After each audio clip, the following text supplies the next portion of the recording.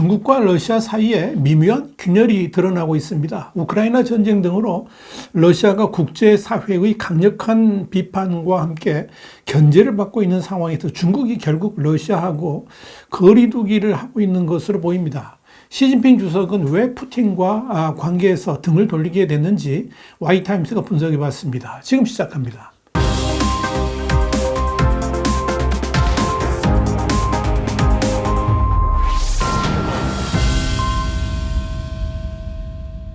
미국의 시사주간지인 뉴스위크는 현지 시간으로 8일 미국의 싱크탱크 전쟁연구소 그러니까 ISW의 견해를 인용해서 지난 5일과 6일 사우디아라비아의 제다에서 열린 제2차 우크라이나 평화회의 직후에 이루어졌던 중러 외교장관 통화 후에 러시아 측은 서방에 대한 공동 대응과 입장의 일치를 강조한 반면에 중국 측은 독립적이고 공정한 입장을 강조했는데 이는 우크라이나 전쟁에 대해서 완전히 다른 견해를 가지고 있음을 드러낸 것이다. 이렇게 분석을 했습니다. 중국은 앞서서 지난 6월 24일 덴마크에서 열린 1차 우크라이나 평화회의에는 러시아와 함께 불참했다가 사우디아라비아가 중재한 이번 2차 회의에는 예상을 깨고 참석했습니다. 미국의 제이크 설리번 국가안보보좌관이 참석하는 등 40여 개 국가의 대표가 제다에 모인 이번 평화회담에 중국은 리위 유라시아 사무특별대표를 파견했습니다. 이 회의 직후에 진행된 통화에서 중국의 왕이 외교부장은 우크라이나 위기 문제에서 중국은 어떠한 국제다자회의에서 모두 독립적이고 공정한 입장을 견지하고 객관적이며 이성적인 목소리를 내서 평화회담을 적극적으로 추동하면서 정치적 해결을 힘껏 모색했다. 이렇게 강조를 했습니다. 한마디로 우크라이나 문제에 있어서 러시아하고 입장차가 있음을 숨기지 않은 것입니다. 반면에 러시아 외교부는 이날 양국 장관은 러시아와 중국에 대한 서구 블록의 대립적인 정책을 수용할 수 없으며 제재와 비합법적인 방법으로 중러의 발전을 막으려는 시도에 주목했다 그러면서 이번 회의를 통해서 모스크바와 베이징은 국제 문제에서 동일하거나 크게 일치하는 접근 방식을 가지고 있음을 재확인했다. 이렇게 강조를 하면서 중국과 의견의 일치를 주장했습니다. 여기에 대해서 ISW는 이 러시아와 중국 외교부가 라브로프와 왕이 부장 간의 대화 내용을 다르게 묘사했다 그러면서 이는 중국이 전쟁 종식을 위한 합의안에 대해서 러시아와 점점 더 엇갈리고 있음을 시사한다. 이렇게 해석했습니다.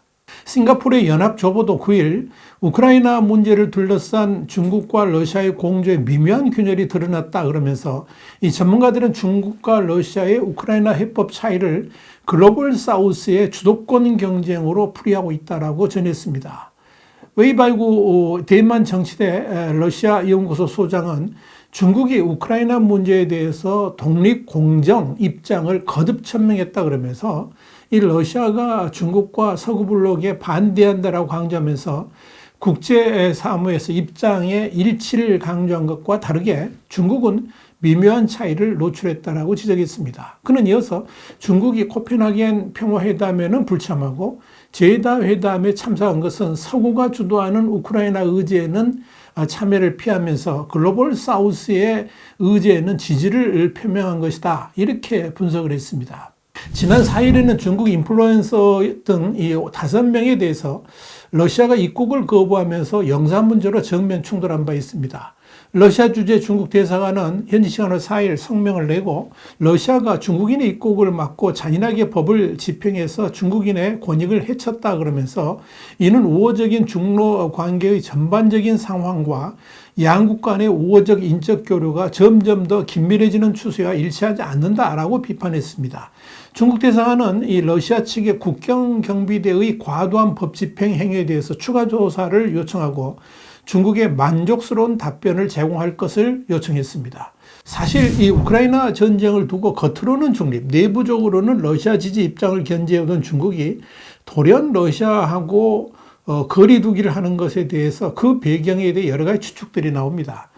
여기에 대해서 뉴스위크는 이 우크라이나의 최대 재정적, 군사적 후원국인 미국은 공개적으로 중국의 우크라이나와의 전쟁에서 러시아를 지원하지 말 것을 촉구했으며 왕이 부장은 제다 정상회담 이후에 자국이 전쟁에 대해서 공정한 태도를 유지하고 있음을 재확인했다라고 밝혔습니다. 또한 ISW는 이런 중국의 공개적인 중립적 입장이 중국과 크렘린궁 사이에 균열을 일으키고 있다 그러면서 평화에 대한 중국의 공개적인 제의가 이 크렘린궁을 화나게 할 가능성이 있다라고 평가했습니다.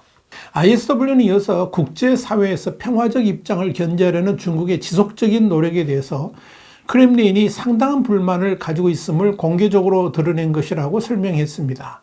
중국의 러시아에 대한 태도 변화는 한마디로 갈수록 고립되는 외교 지형 속에서 중국이 살 길을 찾으려는 노력의 일환인 것으로 판단이 됩니다. 특히 유럽 사회가 중국과 거리 두기를 전면적으로 시행하고 있는 가운데 유럽 사회가 가장 원하는 우크라이나 전쟁의 휴전과 평화를 위해서 중국이 적극적으로 노력하고 있다는 것을 보여주면서 이 유럽 사회에서 중국에 대한 반발감이라든지 이 적대감을 누그러뜨리려는 외교적 시도가 러시아하고의 거리두기로 나타나고 있다. 이렇게 보면 될 겁니다. 이 중국과 러시아의 미묘한 균열은 오는 22일, 23일 남아프리카 공화국 요하네스버그에서 열리는 브릭스, 그러니까 브라질, 러시아, 인도, 중국, 남아프리카 공화국의 신흥경제 5개 나라를 브릭스라고 그러는데 이 브릭스 정상회담에서도 나타날 것으로 전망됩니다. 국제형사재판소 그러니까 ICC의 영장 발부로 체포 대상이 된 푸틴 러시아 대통령은 지난달 이미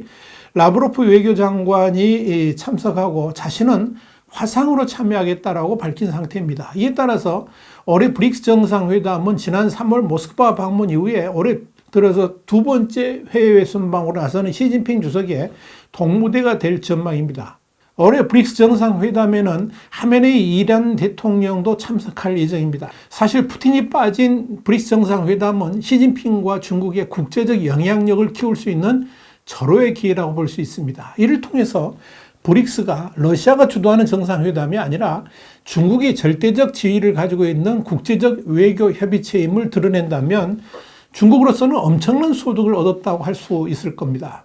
만약 이번 브릭스 정상회담에서 시진핑 주석이 외교적 독주를 한다면 푸틴과 시진핑 사이의 간극은 더욱 커질 수밖에 없을 겁니다. 특히 이 브릭스 회의에서조차 우크라이나 평화협정 추진을 촉구하게 된다면 그야말로 러시아는 설 자리를 잃게 될 겁니다. 반면 중국은 유럽 사회의 평화 중재자로서의 이미지를 얻게 되면서 외교적 성과를 거두게 될 겁니다. 그런 의미에서 이 브릭스 회의가 어떻게 전개될지 주목이 되는 겁니다. 그런데 여기서 주목할 점은 사우디 제다 평화회에서 합의된 사항이 곧 유럽 사회가 지향하는 바라는 점입니다.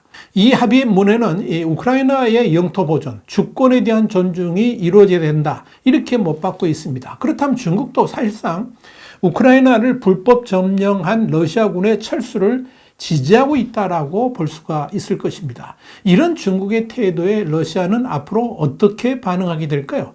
아마도 날이 갈수록 푸틴은 시진핑의 중국이 자신과 거리두기를 하고 있다는 사실을 깨닫게 되지 않을까요? 화이트타임 정세분석이었습니다. 감사합니다.